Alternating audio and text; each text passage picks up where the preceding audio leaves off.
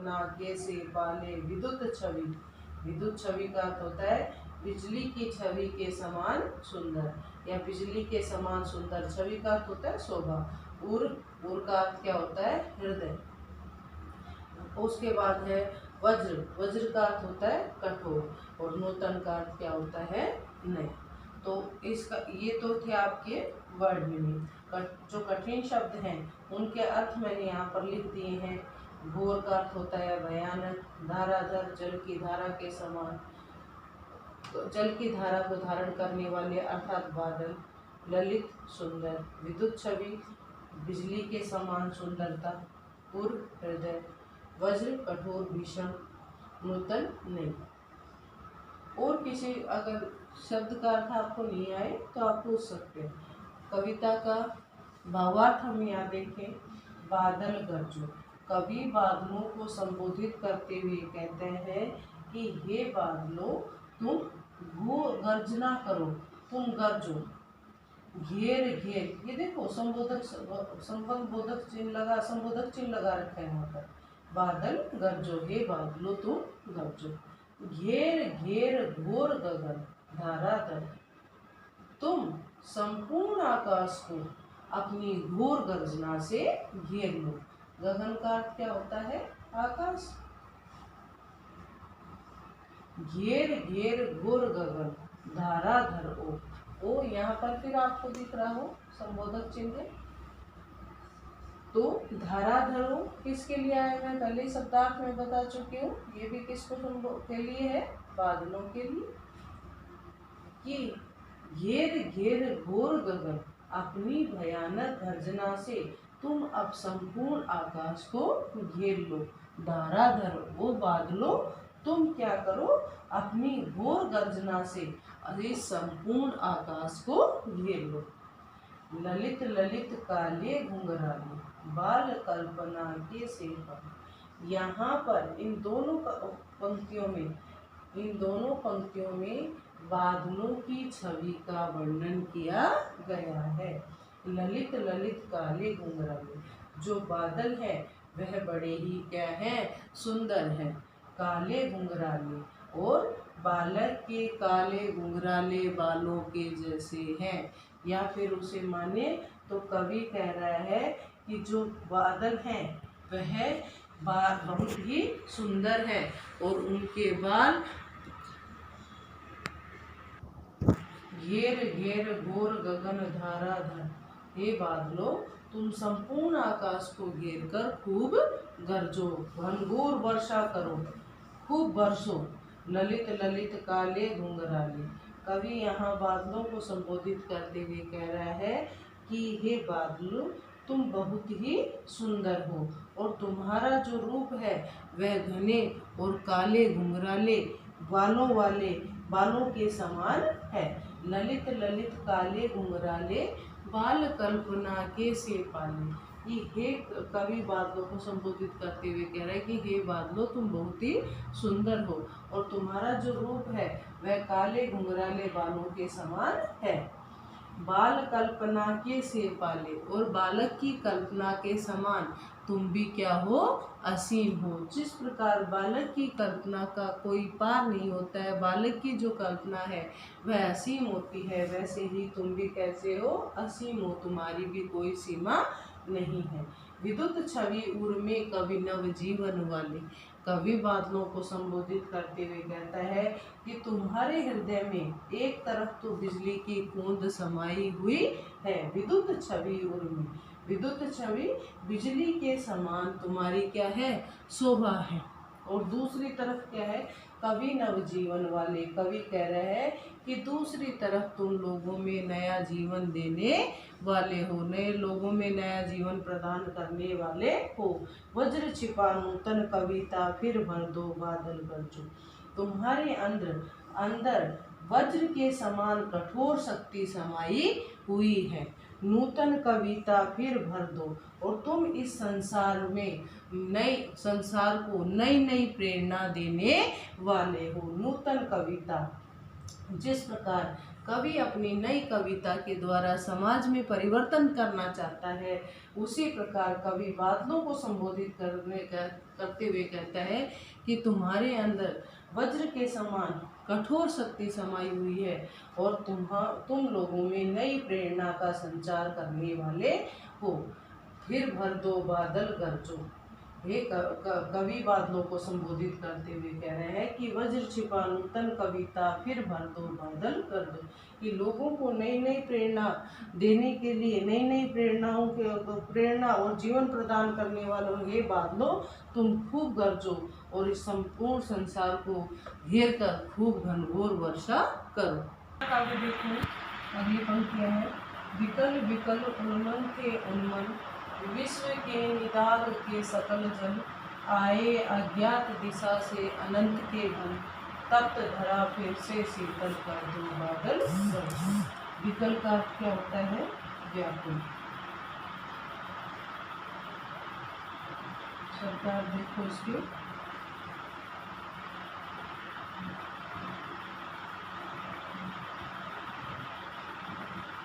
विकल विकल उन्मन, उन्मन का होता है सॉरी अनमने, अनमने का अर्थ होता है जब मन न लगे।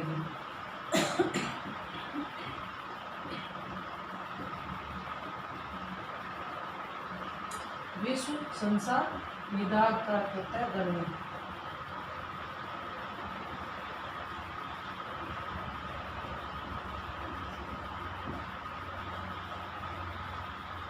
सकल मतलब संपूर्ण।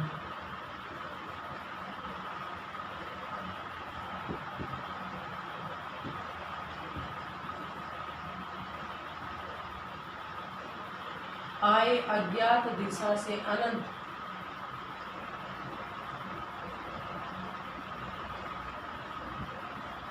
जिसका कोई अंत नहीं।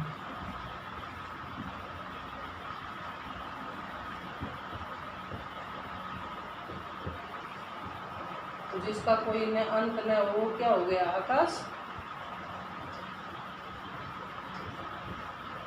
अनंत के घन, तप्त मतलब गर्मी से जो तपी हुई है धरा पृथ्वी, जल से फिर शीतल कर दो बादल गरजो।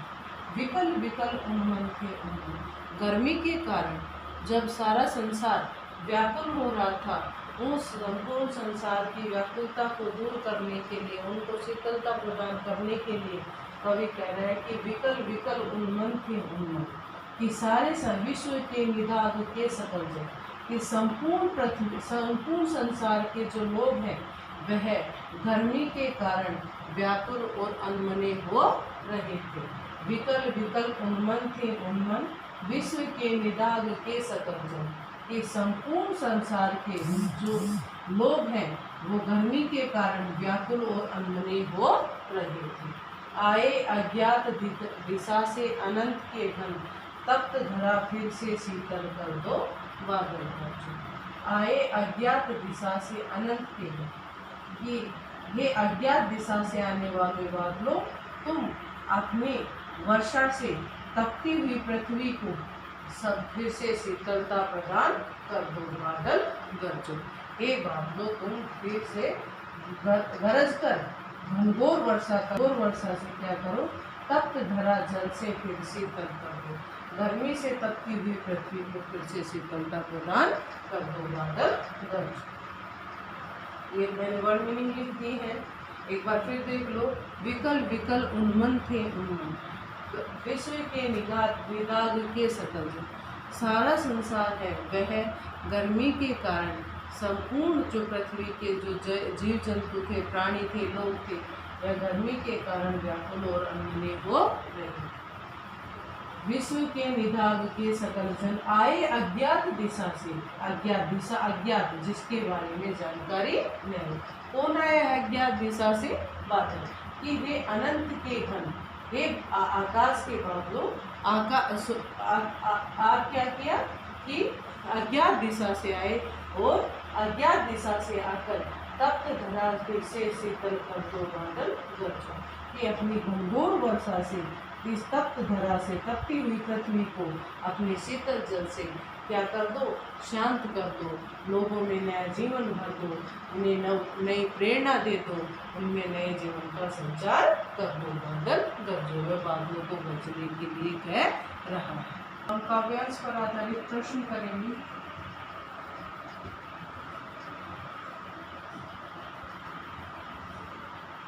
प्रश्न नंबर 1,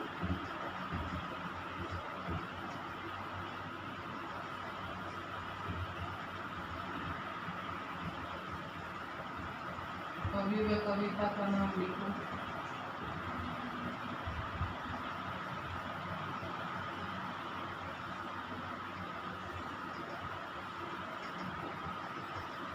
तो कवि तो कौन हो गया, सूर्यकांत त्रिपाठी निराला, और कविता कौन क्या हो गई, उत्सव। प्रश्न नंबर 2 देखो। प्रश्न नंबर 2 है आपका, कवि ने बादलों को गरजने के लिए आह्वान क्यों किया है। कवि ने बादलों को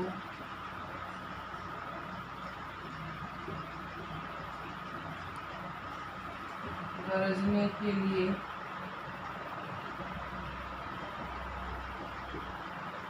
आह्वान, मैंने आपको क्या बताया था कि ये क्या है, एक आह्वान गीत है। बादलों को गरजने के लिए आह्वान क्यों किया है।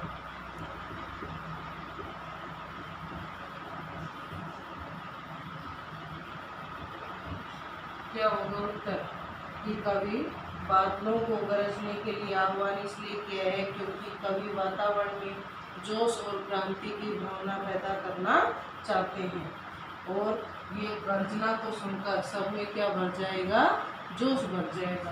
तो कवि बादलों को गरजने के लिए आह्वान इसलिए करता है ताकि बादलों की गर्जना को सुनकर लोगों में जोश और उत्साह भर जाएगा। जोश भरने के लिए, उत्साह भरने के लिए, उनमें स्फूर्ति पैदा करने के लिए कवि उन्हें गरजने के लिए कहता है। प्रश्न नंबर 3, प्रश्न नंबर 3 है, कवि ने बादलों को किसके प्रतीक के रूप में चित्रित किया है। कवि ने बादलों को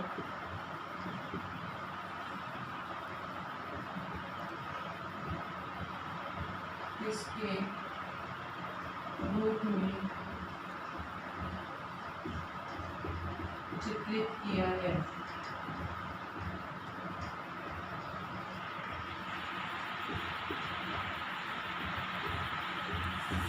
यानी कवि ने बादलों को किसके रूप में उभारा है, किसका प्रतीक माना है, किसको किस रूप में चित्रित करना चाहता है। तो यहाँ पर जो कवि है वह बादलों को क्रांति उत्पन्न करने वाले साहसी व उत्साही वीर पुरुष के रूप में चित्रित करता है। कि साहसी और वीर पुरुष के रूप में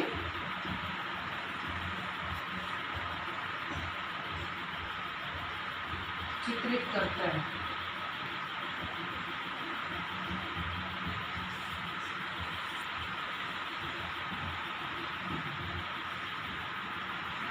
प्रश्न नंबर 4 देखो।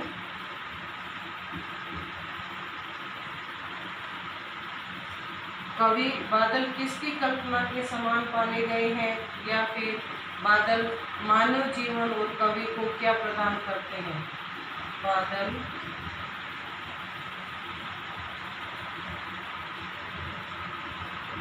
मानव जीवन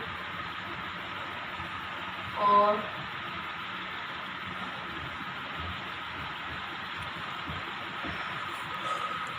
कवि को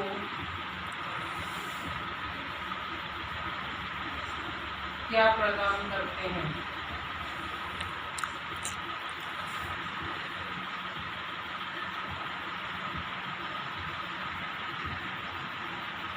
तो जो बादल हैं वह कवि को और मानव जीवन को नई नई प्रेरणाएं प्रदान करते हैं। और नई नई प्रेरणाएं